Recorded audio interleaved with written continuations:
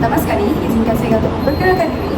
Nama diberi Nurul Ain bin Sufyan di 2023116057. Saya merupakan moderator Anda hari ini. Seperti yang Anda lihat di sebelah kiri saya, seorang yang kacang lagi menawan merupakan panel pertama kita, dan seorang gadis yang ayu merupakan panel kedua kita hari ini. Kedua-dua panel ini akan menemani kita sepanjang forum hari ini. Baiklah, tanpa membuang masa, saya ingin menjemput kedua-dua panel untuk memperkenalkan diri masing-masing. Silakan panel pertama. Terima kasih Saudara Pengerusi, Saudara ini. Nama diberi Muhammad Alif Laudah Halim di 202311106030. Saya selaku panel pertama pada hari ini. Apa khabar saudari? Saudari sihat? Kabar baik saudara, saya sihat.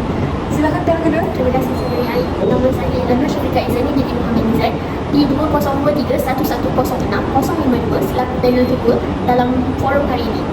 Baiklah, setelah mengenai kedua-dua ahli forum kita hari ini, ada baiknya kita meneruskan forum kita hari ini dengan menelusuri definisi bentuk panggilan dari aspek sikap bahasa. Bentuk panggilan merupakan sebahagian dari aspek kesantunan berbahasa. Kesantunan berbahasa pula diartikan sebagai kesopanan dan kehalusan ketika menggunakan bahasa baik dalam bentuk tulisan maupun lisan. Kesantunan berbahasa wajar dipraktikkan semasa berkomunikasi dengan semua orang, sama ada yang dihormati, orang yang sama tarafnya maupun orang yang lebih rendah tarafnya daripada seorang penutur. Menurut Nik Safia Karim, bentuk panggilan yang digunakan dalam sistem panggilan memiliki ciri sendiri seperti ungkapan bertata susila, penggunaan intonasi dan gaya yang sesuai. Hal ini adalah untuk mengelakkan berlakunya salah faham, pertengkaran ketika menyapa orang lain. Baiklah, kita akan diteruskan lagi dengan menjemput panel kita yang pertama. Panel pertama, bolehkah saudara menjelaskan apakah tujuan bentuk panggilan dari aspek sikap bahasa? Terima kasih Saudara Pengerusi. Melatih kotor tubuh melata, saya merebah di pohon cemara. Assalamualaikum, mulanya kata salam sebab bukan bicara. Tanpa melengahkan masa, mari sama-sama kita mengupas topik kita pada hari ini. Kata panggilan terdapat 3 tujuan. Yang pertama untuk tujuan penghormatan, yang kedua untuk tujuan pengiktirafan, dan yang ketiga untuk tujuan penentuan identiti. Pertama sekali kita pergi kepada kata panggilan untuk tujuan penghormatan. Bahasa Melayu terdapat beberapa panggilan kehormat yang digunakan untuk menunjukkan penghargaan dan keadilan terhadap seseorang. Bahkan melalui sistem ini, kita juga dapat membezakan darjat dan kedudukan seseorang. Panggilan kehormat ini seringkali digunakan dalam konteks formal, terutama ketika berbicara dengan orang yang berkedudukan tinggi dan berprestis tinggi. Contoh kata panggilan kehormat seperti Tun Dr. Mahathir dan Tun Fatimah. Gelaran panggilan hormat Tun, gelaran ini digunakan untuk merujuk kepada individu yang telah dianugerahkan kebesaran tertinggi. Gelaran ini digunakan oleh Seri Paduka Baginda Yang di-Pertuan Agong.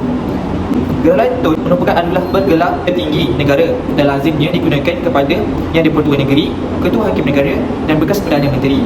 Isteri kepada Tun akan digelar Tuan Puan. Seterusnya, kita pergi pada kata panggilan untuk tujuan pengiktirafan. Gelaran pengiktirafan atau dikenali sebagai gelaran intisais. Pengiktirafan merujuk kepada proses untuk kita mengenali, menghargai atau memberi penghargaan. Pengiktirafan boleh berlaku dalam pelbagai konteks seperti penghargaan terhadap pencapaian seseorang, pengiktirafan terhadap suatu benda bernilai, atau pengiktirafan terhadap status atau kelayakan tertentu.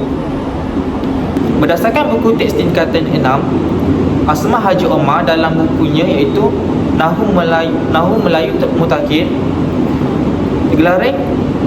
Gelaran intisai merupakan gelaran yang digunakan kepada individu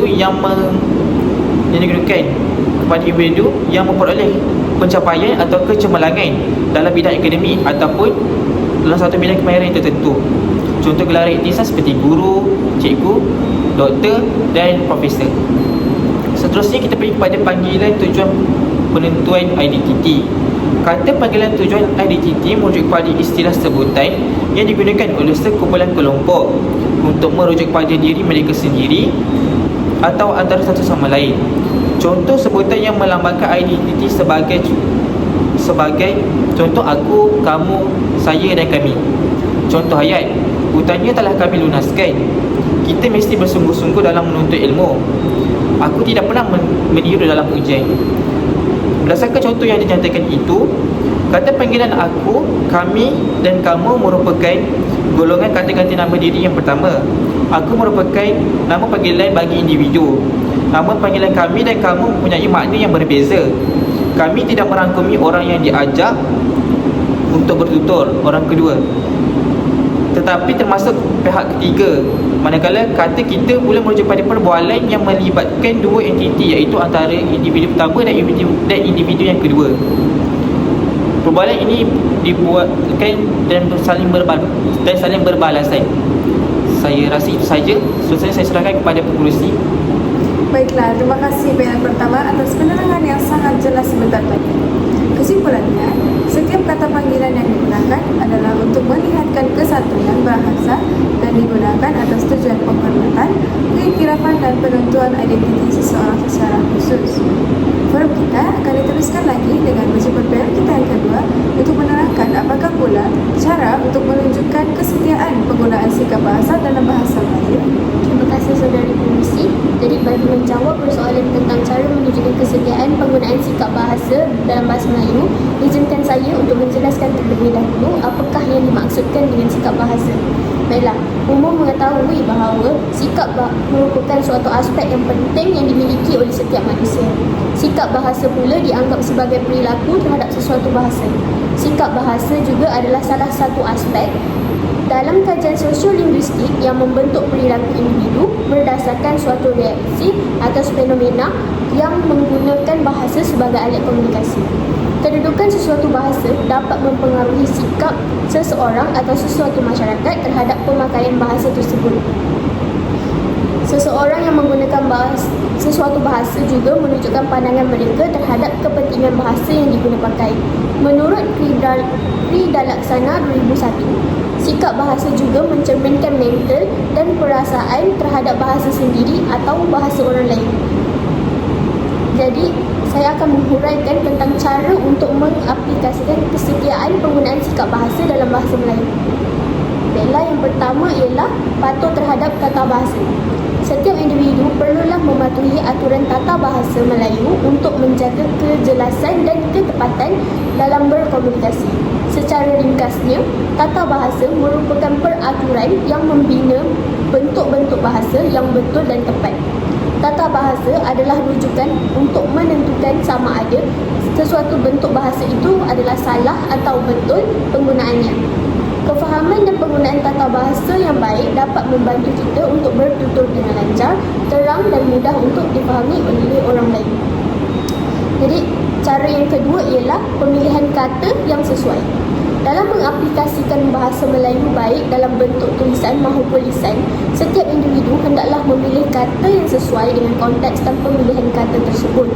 Hendaklah tidak menimbulkan tafsiran atau maksud yang disalah tafsir oleh individu lain. Pemilihan kata yang salah akan menyebabkan salah faham atau pertengkaran antara penutur dan pendengar. Pemilihan kata yang sesuai juga akan mencerminkan kesatuan bahasa seseorang penutur itu. Baiklah, cara yang ketiga ialah secara konsisten dalam mengaplikasikan istilah dan kata.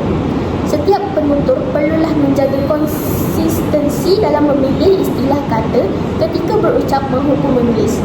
Hal ini bagi mengelakkan timbulnya isu percampuran bahasa Selangor yang akan membingungkan pihak lain.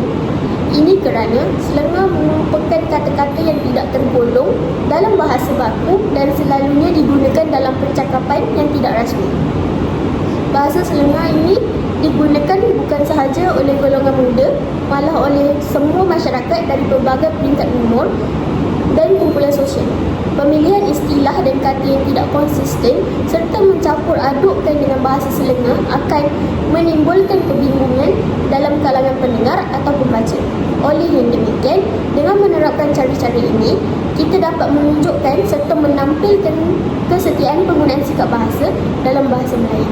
Oleh itu sahaja cara menunjukkan kesetiaan penggunaan sikap bahasa dalam bahasa Melayu. Seterusnya, saya akan serahkan semula kepada saudari pengurusi. Baiklah, begitu baik penerangan yang telah disampaikan oleh panel kedua kita pada hari ini. Dengan itu, terdapat 3 cara terbaik untuk menunjukkan kesetiaan terhadap penggunaan sikap bahasa dalam bahasa Melayu. Yang pertama ialah patuh terhadap tata bahasa, pemilihan kata yang sesuai serta konsisten dalam mengaplikasikan istilah dan kata. Untuk menggulung segala yang diperkatakan, bentuk panggilan dalam bahasa memainkan peranan yang penting dalam menyampaikan sikap penghormatan antara individu.